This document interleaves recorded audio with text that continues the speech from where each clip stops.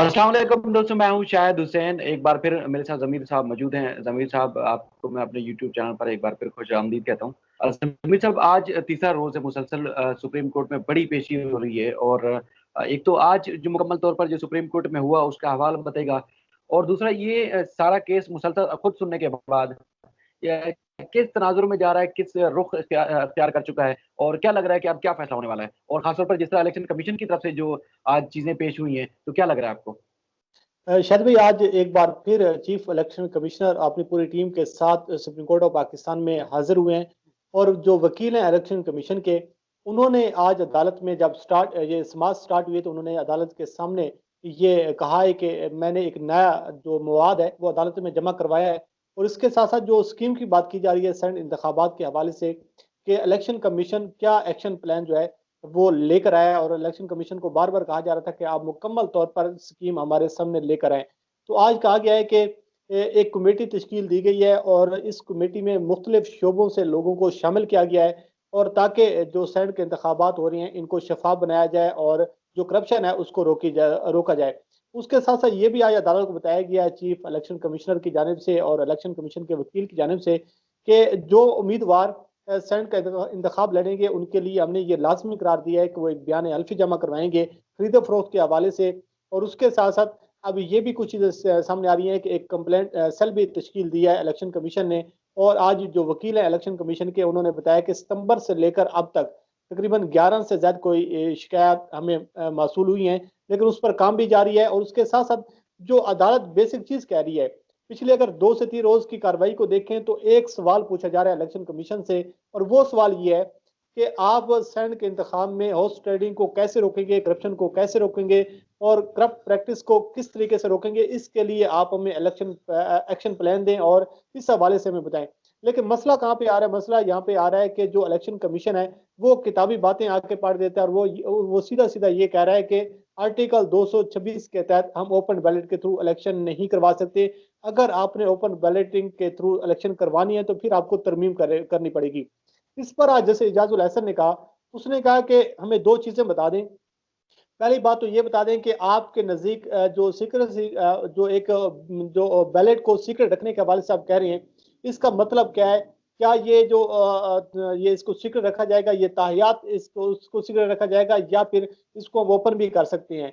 उसके साथ साथ ये पूछा गया कि आप ये बताएं क्या कोई हमारी किसी जजमेंट में इस किस्म का कोई हवाला आपको मिलता है, तो वो भी बताएं। तो जो इजाजुल हसन है, जैसे इजाजुल हसन साहब, उन्होंने कहा है कि ना तो आप हमें कह रहे हैं कि इसको मुकम्मल तौर पर हम सीक्रेट रखेंगे और इसको ओपन नहीं किया जा सकता, आपको तरमीम करनी पड़ेगी। असल सूरत हाल ये है कि हमारी ना तो आपको किसी जजमेंट में यह हवाला मिलेगा, ना आपको किसी कानून में यह हवाला मिलेगा, ना आपको आइन इसकी इजाजत देता है।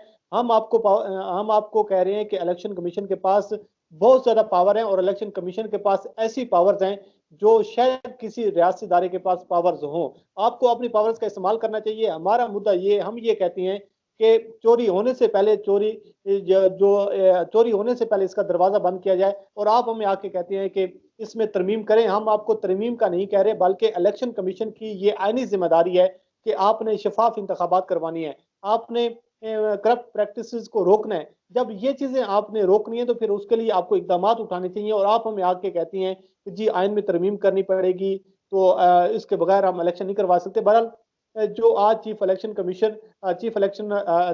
कमिश्नर जब पेश हुए, तो आज चीफ जस्टिस ऑफ पाकिस्तान ने कहा है कि शायद चीफ इलेक्शन कमिश्नर जो है उनको सब कुछ मालूम है, वो हमें नहीं बताना चाह रहे। और हम जो है बार बार ये सवाल उठा रहे हैं कि इसको कैसे शफाफ बनाएंगे, किस तरीके से आप हॉर्स ट्रेडिंग को रोकेंगे। क्योंकि जितना भी आप इलेक्शन कमीशन का और पाकिस्तान में इंतखाबात हुए हैं उसकी हिस्ट्री उठाकर देख लें, तो आपको ये अंदाजा होगा कि हर साल या जब भी इंतखाबात होती हैं, उस इंतखाबात के हवाले से शिकायत आती हैं, शिकवे आती हैं, और उसके पार इल्जाम सामने आते हैं, लेकिन आप कार्रवाई कोई नहीं करते। लेकिन मसला ये है कि इलेक्शन कमीशन अपनी इसी बात पर डटा हुआ है, और वो ये कह रहा है कि जब तक तरमीम नहीं होगी उस वक्त तक हम ओपन बैलेट के थ्रू इलेक्शन नहीं करवा सकते। लेकिन आज अटॉर्नी जनरल ऑफ पाकिस्तान ने एक तजवीज़ दी है।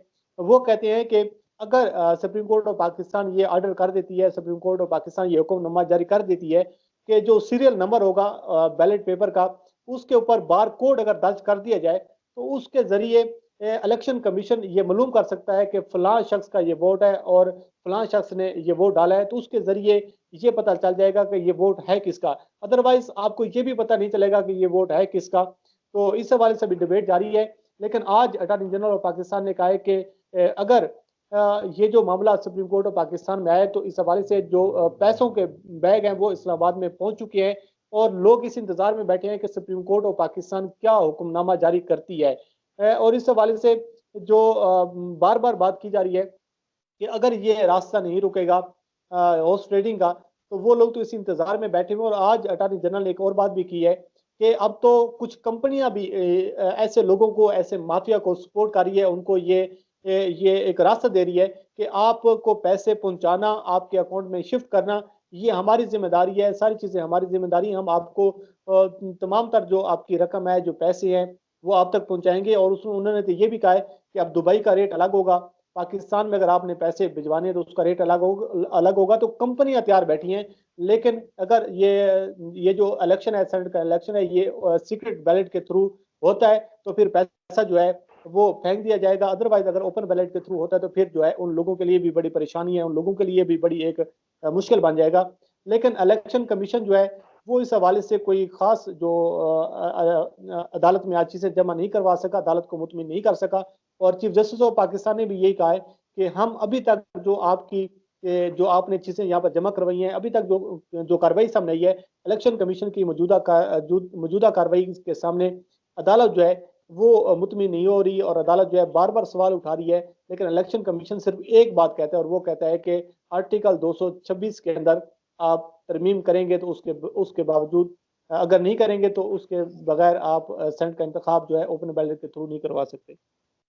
जमीर, बड़ी जो सामने आई है अब वो ये चीज है कि मतलब सुप्रीम कोर्ट के अपने अहकामात अपनी जगह पर, अब तो एक फैसला हफ्ते में नहीं हो पाया कि होने क्या जा रहा है, होगा क्या। लेकिन जो इसहाक डार और कल आपने मरियम नवाज का ट्वीट देखा, तो उसमें ये लग रहा है कि जैसे वहां तो ऐसा खलबली मची हुई है, यानी कि जैसे बुखलाहट का शिकार हो गए हैं। हालांकि जैसे आपने गुज़श्ता रोज भी कहा था कि नवाज शरीफ की अपनी डिमांड होती थी कि ओपन बैलेट के जरिए इंतखाबात होने चाहिए। तो इसाक डार का भी आज मैंने ट्वीट देखा, तो वो उनका तासुर ये है कि सुप्रीम कोर्ट एक रास्ता क्लियर कर रही है, पीटीआई के लिए राह एक हमवार कर रही है। तो क्या ये अदालत में भी ऐसा तासुर है? नहीं, देखें, अगर आप अदालत में आकर केस को सुनेंगे और तमाम तर कार्रवाई को देखेंगे तो आपको अंदाजा होगा कि सुप्रीम कोर्ट ऑफ पाकिस्तान सिर्फ ये कह रही है कि इलेक्शन कमीशन को पावर करने की कोशिश कर रही है और इलेक्शन कमीशन को ये कह रही है कि तमाम तर पाकिस्तान के रियासी इदारे आपको सपोर्ट करने को तैयार है, वो आपके पाबंद हैं, चाहे पाकिस्तान के रियासी इदारे हों, चाहे इंतजामिया, वो आपके पाबंद है, वो आपको मुकम्मल तौर पर सपोर्ट करेगी। हम आपसे सिर्फ ये कह रहे हैं कि आप इंतखाबात को शफाफ तरीके से करवाएं और जो करप्ट प्रैक्टिस के हवाले से बात की जाती है इसका रास्ता रोकें। अगर शाह साहब जो बात कर रही है मरियम नवाज की जानिब से या मुस्लिम लीग नून की जानिब से या किसी और की जानिब से बात आ रही है, सुप्रीम कोर्ट ऑफ पाकिस्तान में किसी एक जमात का मुकदमा नहीं लड़ा जा रहा, ये बात तो आप ज़हनशीन कर लें। और दूसरी जानिब अदालत अगर ये कह रही है कि ओपन बैलेट के थ्रू इलेक्शन करवाएं या ना करवाएं, अभी तो बात सिर्फ ये हो रही है, इलेक्शन कमीशन को पावर करने की कोशिश की जा रही है और इलेक्शन कमीशन को ये कहा जा रहा है कि आप अपनी इख्तियारात का इस्तेमाल करें। और इलेक्शन कमीशन चाहे सुप्रीम कोर्ट हो, चाहे पीडीएम हो, अपोजिशन जमातें हो, इस अपोजिशन जमातों का जो मौक़िफ़ यह है कि हमारे वोट को खरीदा जाता है, वोट की तौहीन होती है, हॉर्स ट्रेडिंग की जाती है, फिर रियासी इदारों पर इल्ज़ामात लगाए जा रहे हैं। यही तो सुप्रीम कोर्ट कह रही है कि भाई ये जो चोरी का जो रास्ता है आप इस रास्ते को बंद करें। तो यहाँ पर फिर कैसे आप कह सकती हैं कि तहरीक इंसाफ का मुकदमा लड़ा जा रहा है, तहरीक इंसाफ को खुश करने की कोशिश की जा रही है।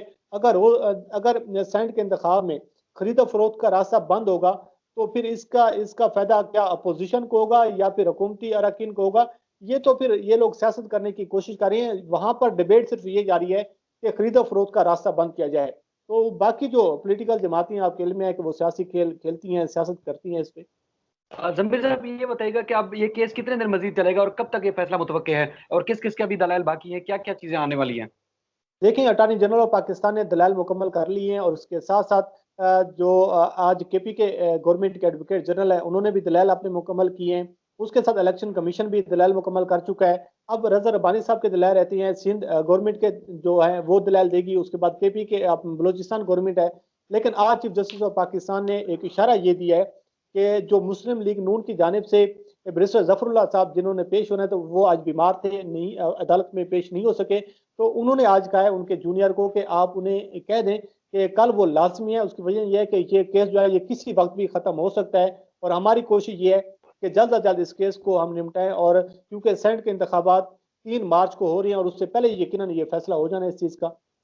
चलें ज़मीर भाई, आपने बहुत अहम मालूमात दी, फिर भी मैं कोशिश करूंगा कि जब तक ये केस नहीं खत्म होता मैं आपको रोज इसी तरह ज़हमत दूं, नहीं, नहीं, और जरूर उम्मीद है कि इंशाल्लाह। आप टाइम दिया करेंगे, क्योंकि बहुत अहम मालूमात है। क्योंकि ये टीवी से मैं बार बार कहता हूं कि लोग अज्यूम नहीं कर पाते हैं, उनको समझ नहीं आती, और फिर जो गुमराह करने वाला माफिया वो अलग बैठा होता है जो सोशल मीडिया पे लोगों को गुमराह कर रहा होता है। अपना ख्याल रखिएगा। फिर कल इंशाल्लाह मुलाकात होगी आपसे। बहुत बहुत मेहरबानी सर, शुक्रिया नवाज।